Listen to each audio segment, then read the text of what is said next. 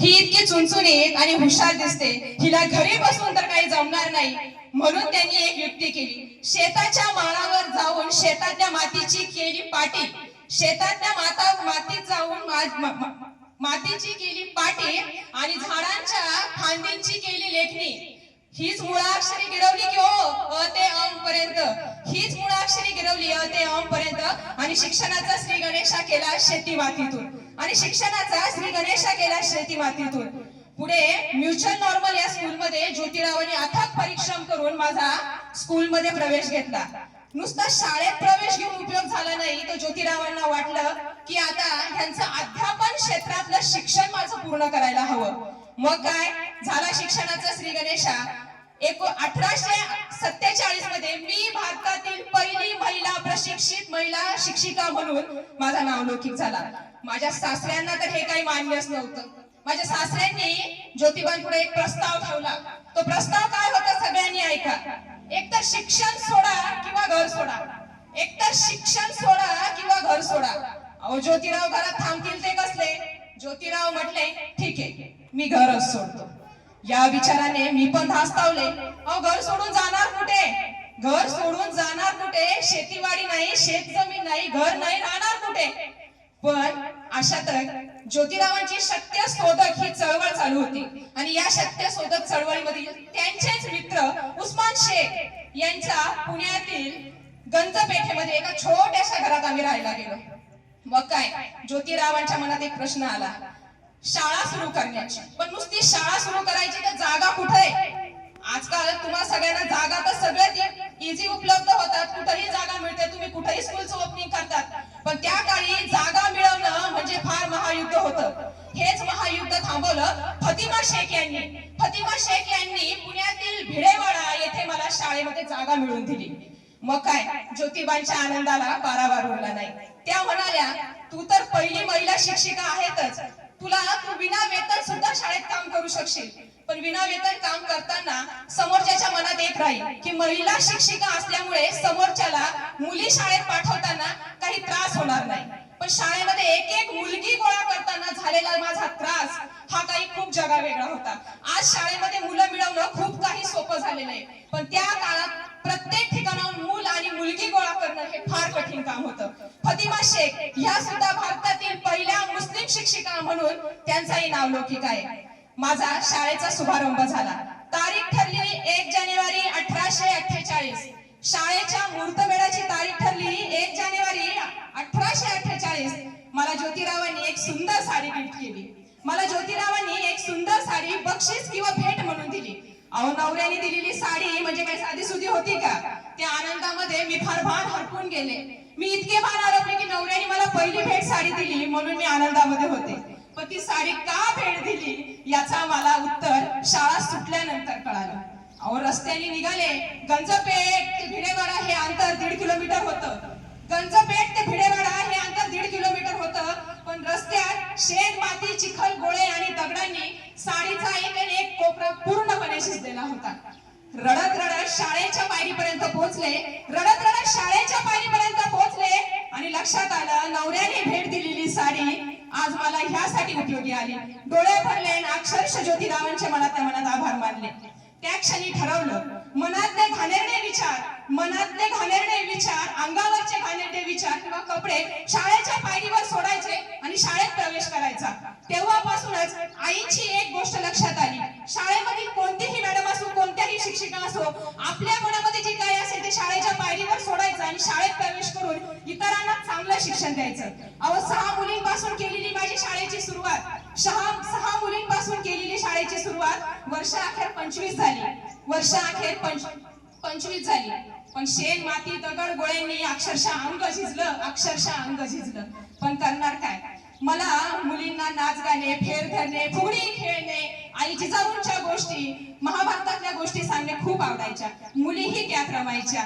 25 मुलींची संख्या होती. एक इंग्रज अधिकारी, पुण्यातील इंग्रज अधिकारी शाळेत आला आणि म्हणाला, आज मला मॅडमची परीक्षा घ्यायची. मी माझ्या गोष्टी सांगण्यात तल्लीनच होते. अधिकारी बाहेर उभा राहून पाहत होता. माझ्या एका मुक्ता विद्यार्थीने त्यांच्याकडे पाहिलं आणि खाडकन उठली. मुक्ताने खाडकन उभी राहिली आणि उठली. त्या क्षणी सगळ्या मुली उठूनही उभ्या राहिल्या. इंग्रज अधिकाऱ्याला वाटलं काय साध्या सिंपल मुली असतील, साध्या असतील, त्यांना काही कळणार नाही. इंग्लिश मधून तो म्हटला सिट डाऊन. सिट डाऊन हा शब्द ऐकतात माझ्या मुली खाली बसल्या, माझ्या मुली खाली बसल्या. त्याला आश्चर्य वाटलं की सिट डाऊन यांचा अर्थ हिला कळाला कसं काय. पण ज्योतिबांनी मला नुसतेच आई शिकवली नाही तर इंग्रजीचे धडेही दिले. इंग्रज अधिकाऱ्यांनी माझ्याशी इंग्रजीतून संवाद साधला. इंग्रज अधिकाऱ्यांनी माझ्याशी इंग्रजीतून संवाद साधला. अहो मी काही कमी नव्हते, मीही इंग्रजीतूनच संवाद साधला.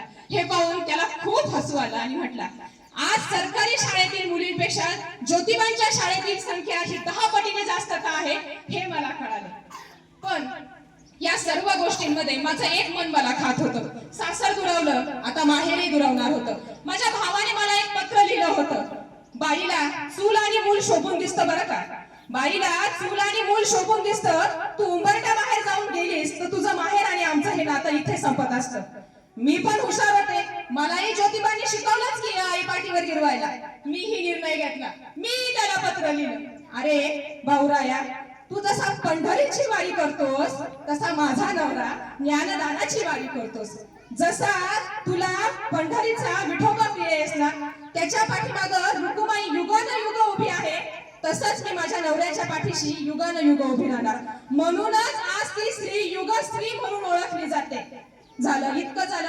1863 मध्ये बाल विधवा आणि त्यांचं मृत्यूचं प्रमाण हे अधिक होतं. त्यांना होणारी संतती, त्यांचं करायचं तरी काय हा प्रश्न खूप ज्योतिबांच्या मनात होता. 1863 मध्ये त्यांनी बाल सुधारगृह हा प्रकल्प चालू केला. या धनकवडीमध्ये स्वतः सावित्री आईने 100 महिलांची बाळंतपण केली, सुईणीचं काम केलं. पण हे सगळं करत असताना समाजातून एक वेदना व्हायची, तुला अजून मुलबाळ नाही का? जी स्त्री समाजासाठी झटली, जिने अख्खं आयुष्य समाजासाठी झटती केलं, तिला एक समाजातून टीका व्हायची की तुला मुलबाळ नाही का? अशातच एक काशी नावाची ब्राह्मण महिला स्त्री होती. तिचा वयाच्या लवकरच म्हणजे एक्सपायर झाला, तो मरण पावला. यामध्ये ती विधवा स्त्री येण्यासाठी विहिरीकडे गेली. तिची सावित्रीबाईंनी डिलिव्हरी केली. तिला एक मुलगा झाला. त्या मुलाचं नाव सावित्रीबाईंनी यशवंत ठेवलं आणि त्या आई सांगितलं की मला मातृत्व जरी मिळालं नाही, मला मातृत्वाचं सुख मिळालं नाही, पण या मुलाला शिकून मोठं करण्यास यशवंत होऊन नाव लौकिक मी त्याचं नक्की करणार. मुलाला शिकवलं, यशवंत केलं, त्याला डॉक्टर केलं. पण समाजामध्ये दुसऱ्याचं मूल दत्तक घेऊन त्याला शिकून मोठं करणं ही काही सोपी गोष्ट नाही. त्याच्यासाठी यशोदेचं काळीज लागतं, हेही तिने जगाला दाखवून दिलं. यापेक्षा त्या स्त्रीने अजून करायचं तरी काय? 1890च्या काळामध्ये आईचं छत्र हरवलं म्हणजे ज्योतिबांचं छत्र हरवलं. ज्योतिबा सुद्धा अनंतात विलीन झाले. हा समाज इतका निर्दयी होता, इतका निर्दयी होता की आईंना त्यांनी सोडलं नाही. प्रत्येक क्षणोक्षणी त्यांचा छळ चालू झाला. 1896 ते 97चा जो काळ आला तो प्लेगच्या स्थितीने आला.